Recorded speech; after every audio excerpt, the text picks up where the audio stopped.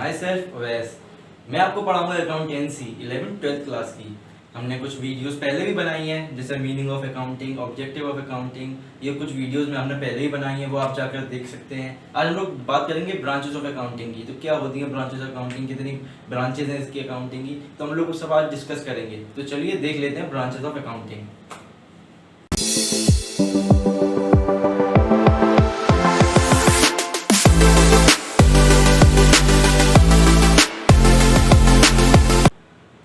तो आइए देख लेते हैं अपने ब्रांचेस ऑफ अकाउंटिंग को।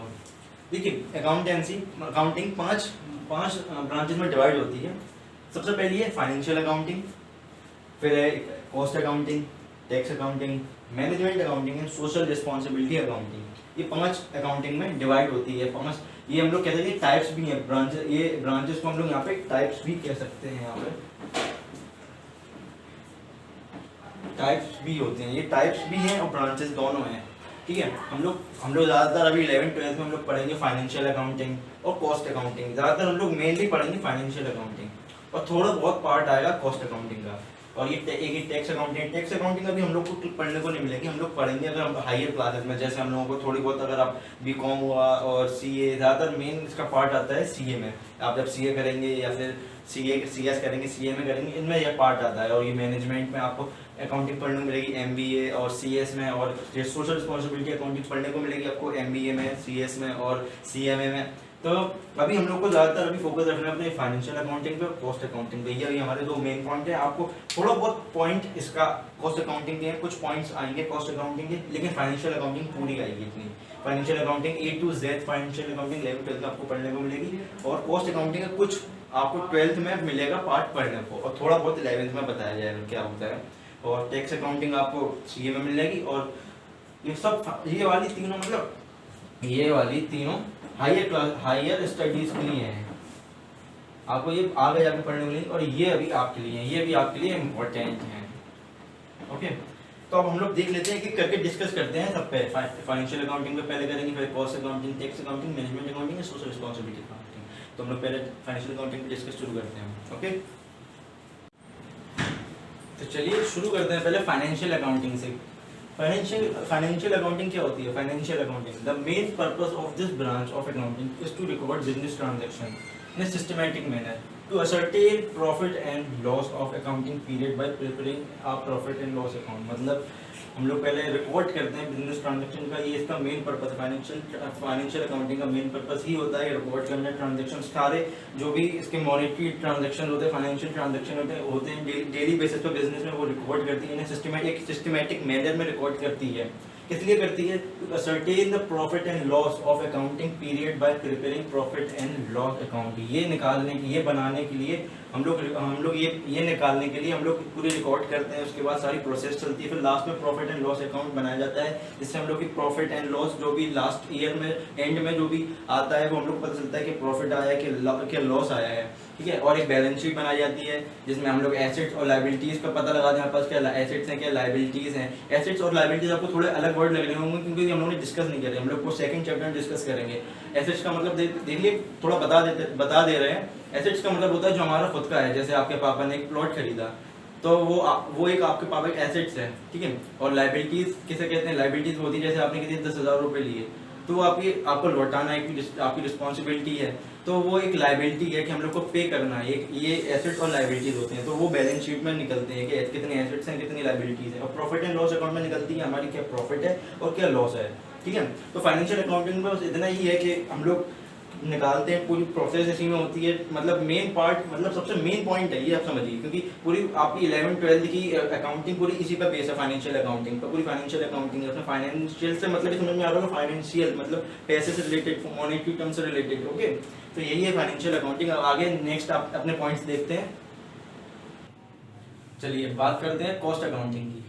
Cost accounting, the main purpose of cost accounting is to ascertain total cost and per unit cost of goods.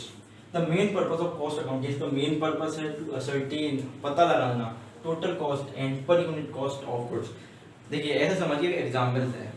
देखिए जब भी मतलब जब गुड्स प्रोड्यूस होते हैं तो एक दो डिफरेंस होते हैं कॉस्ट प्रोड्यूस होने में। जब वो बल्क में प्रोड्यूस होते हैं, जैसे 10,000 यूनिट प्रोड्यूस हो रहे हैं, 1 लाख यूनिट प्रोड्यूस हो रहे हैं, तो उनकी कॉस्ट अलग आएगी। अब 100 यूनिट प्रोड्यूस हो रहे हैं, 500 यूनिट प्रोड्यूस हो रहे हैं, उनकी कॉस्ट अलग आएगी। इसमें ये डिफरेंस आता है जब ज़्यादा से ज़्यादा बल्क में यूनिट प्रोड्यूस होते हैं, जब कॉस्ट कम आती है, पर यूनिट कॉस्ट कम आती है। और जब छोटी अमाउंट में, छोटी क्वांटिटी में, जैसे 100 यूनिट 200 यूनिट में प्रोड्यूस हो रहे हैं, तो उनकी कॉस्ट ज़्यादा आती है।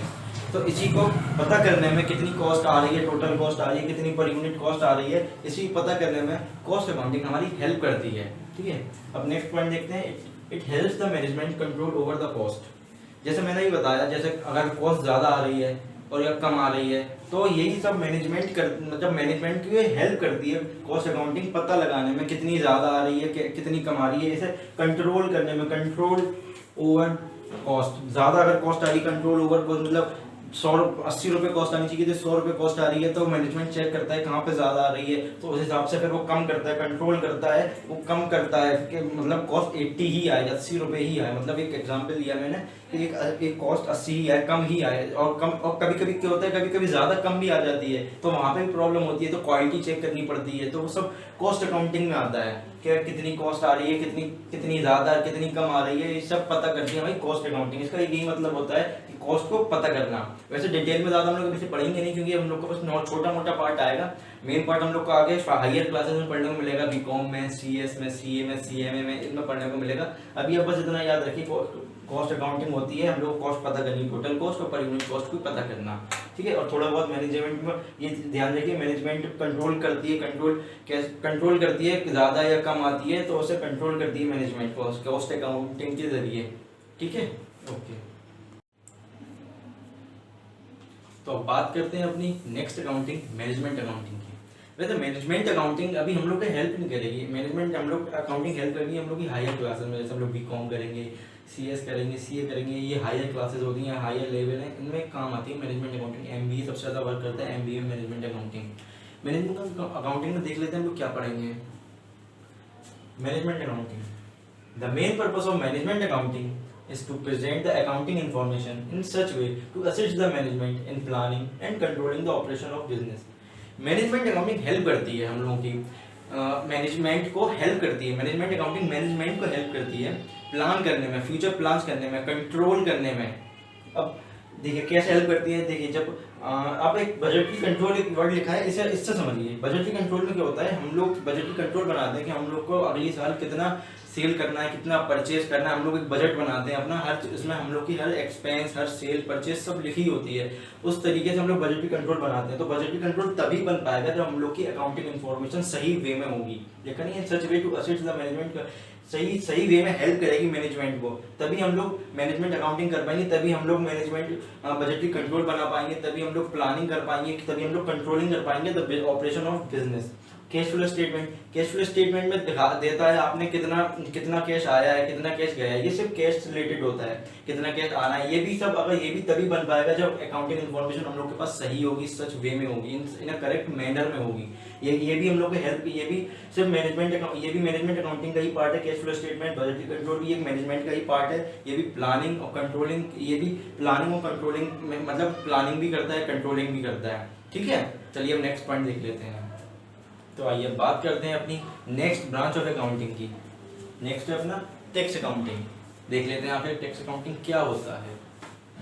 It is used for tax purposes. Tax accounting हम लोग के काम नहीं आती है। टैक्स अकाउंटिंग आती है ज़्यादातर बिजनेस के काम। बिजनेस में जो भी टैक्स पे करा जाता है वो अकाउंटिंग के बेसिस पे किया जाता है कि जितनी हमारी सेल्स हुई है, परचेज हुई है, वो भी जो भी कुछ हुआ वो अकाउंटिंग में आएगी, और अकाउंटिंग इसमें हेल्प करती है हमारे टैक्स पे करने में।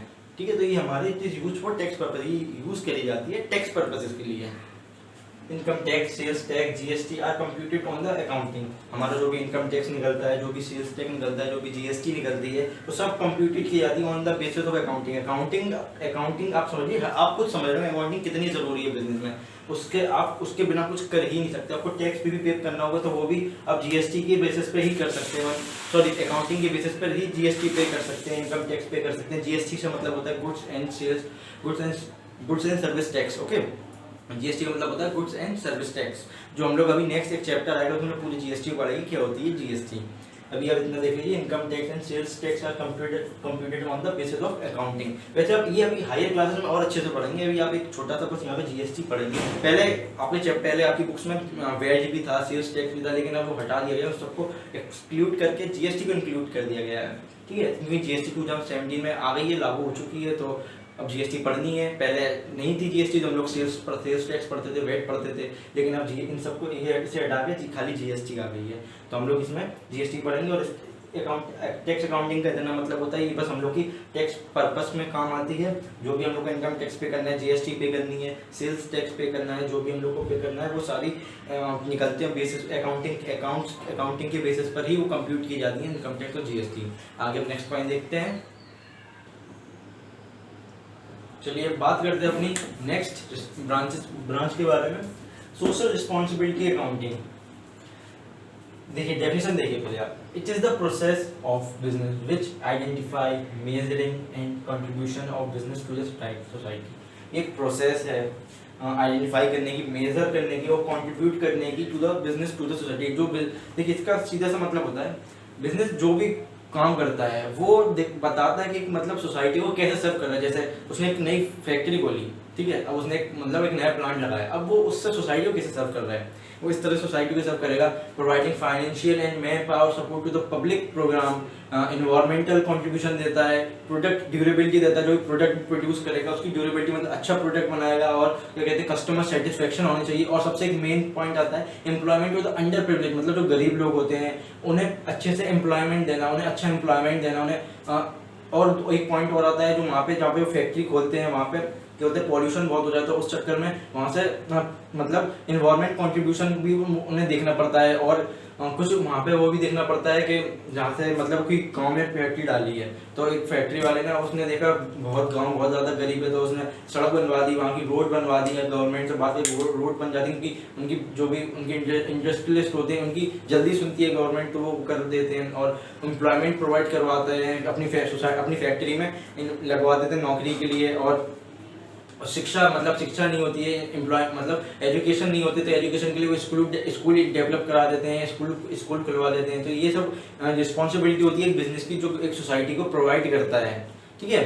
और यही सोशल रिस्पॉन्सिबिलिटी है सारी, जो एक बिजनेस एक सोसाइटी को प्रोवाइड करता है। अगर आपको वीडियो अच्छी लगी हो तो लाइक करिए, शेयर करिए, और अगर सब्सक्राइब नहीं किया हो तो सब्सक्राइब करिए। और अगर कोई प्रॉब्लम आ रही हो, कोई कुछ पॉइंट समझ में नहीं आ रहा तो आप कमेंट करिए। Okay, thank you.